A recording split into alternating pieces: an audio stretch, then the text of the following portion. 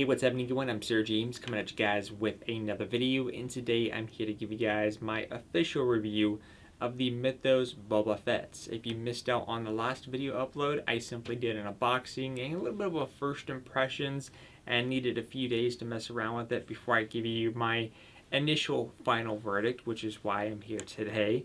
And of course, apologies that this video is coming out a day later. Recently got a couple of new puppies for those of you who are new here, so it's kind of paying a toll on me, trying to get them used to, nighttime means bedtime instead of having to stay up all night dealing with them. So there's also that. So anyways, this figure here, once again, is made by Sideshow Collectibles, not Hot Toys. And some of you may ask, well, what's the difference? I'm not someone who's certified to jot down, why this one's different from the other. Just a couple of different companies and with their own interpretations. But with Sideshow making this one, this is their interpretation of the character, which is why it's part of the Mythos lineup.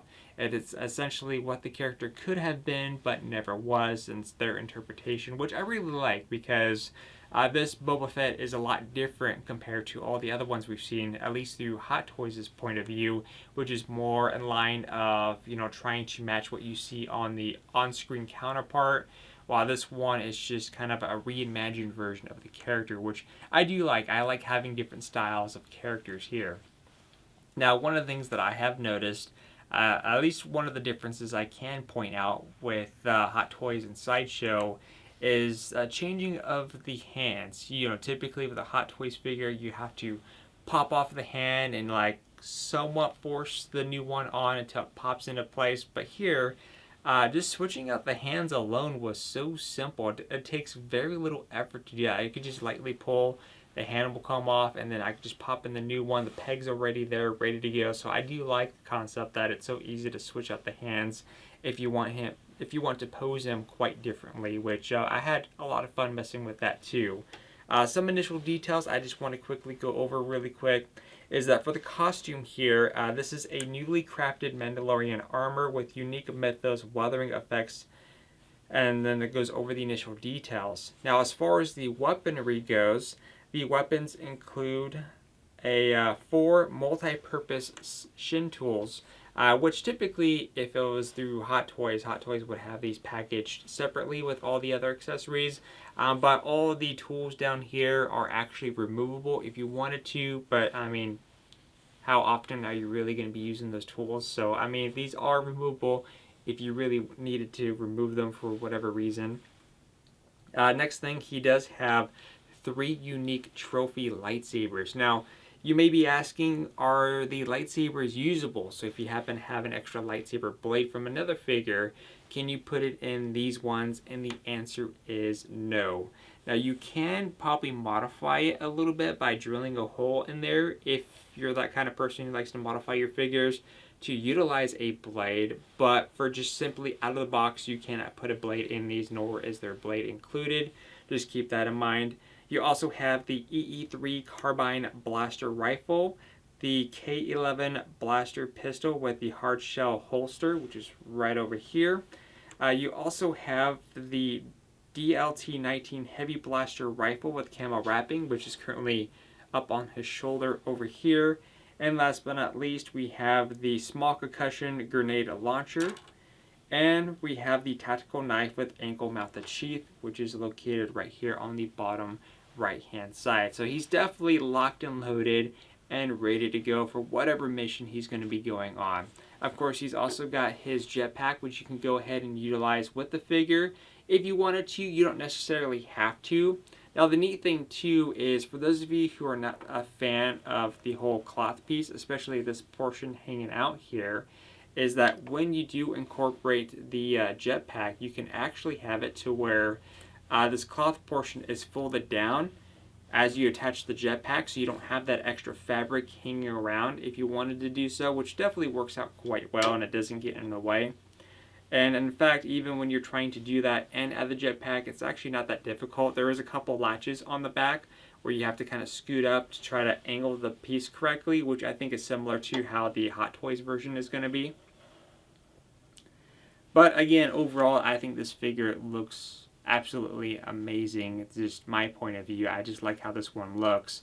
Now, a couple things to note here is, for one, the bipod attachment on the heavy rifle is very cheapish. So I would recommend, actually I don't think anyone's really going to be using it, but just I would highly recommend you use caution when messing with the bipod. Just a little bit of a word of warning.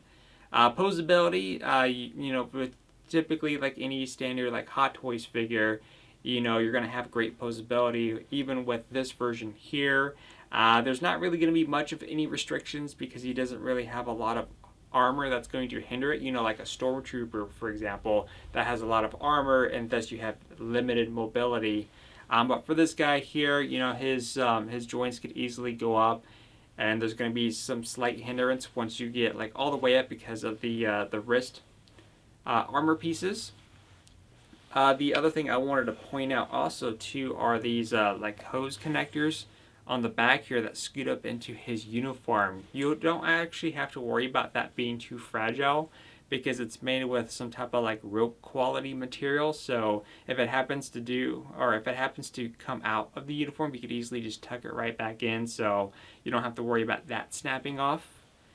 The other thing too is in regards to the Wookie braids here. The brightest color one here definitely kind of looks a bit off, so maybe if you were to weather this and darken it just a tad, it would help blend in with the outfit a little bit more.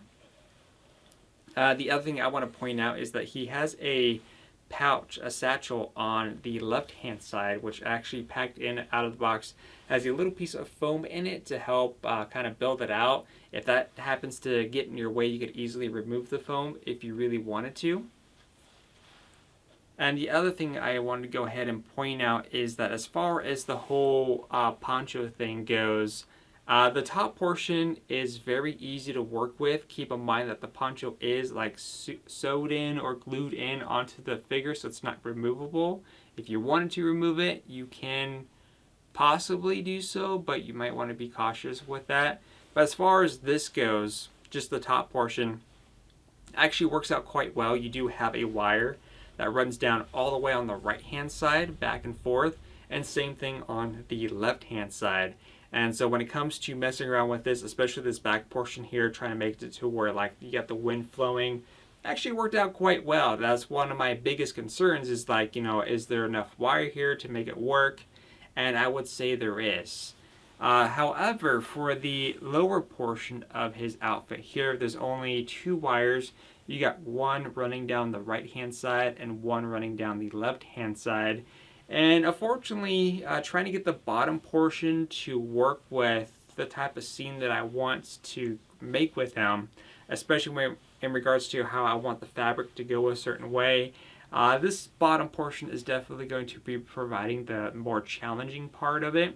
However, there are some easy ways to work around it if you don't mind spending a few extra dollars, which one of them is just getting some extra, you know, little thin wire here. And the other option too that's good with is a double-sided tape here. Just make sure you get the removable portion. There's also an option for permanent, but you want the removable one. So if you happen to remove this. And what's nice about it is because, you know, you can actually easily hide the wire and double-sided tape within the clothing. So you can go ahead and add those extra elements to it to go ahead and pose them a certain way that you want, especially in regards to the soft goods. But overall, I think he is an amazing figure. But you guys can let me know what you think in the comment section down below. And is he something that I would recommend? Definitely 100%. If you're a big Boba Fett fan, or if you're just kind of looking for something a little bit different to add to your collection, I feel like he's going to be a really good piece for sure. Definitely like the weathering on him. And probably one thing I was thinking of that would be cool for a companion piece, even though this version's different from the movie version, is that I kind of want to get the Han Solo and Carbonite just to have them in the background just for the heck of it. I think that would be pretty neat. Or maybe make some type of background where, you know, got like a desert theme going on. Maybe he's outside of one of the buildings on Tatooine or something. But like I said, there's definitely some fun that you could have with this figure. He's going to look great on your shelf for displaying. And also too, depending on what kind of display cases you have, it might be good to also have a back mirror so you can also see the extra details behind them, especially with the trophy sabers or maybe a rotating base. But until then, let me know what you guys think in the comment section down below, and I'll see you guys on the next review.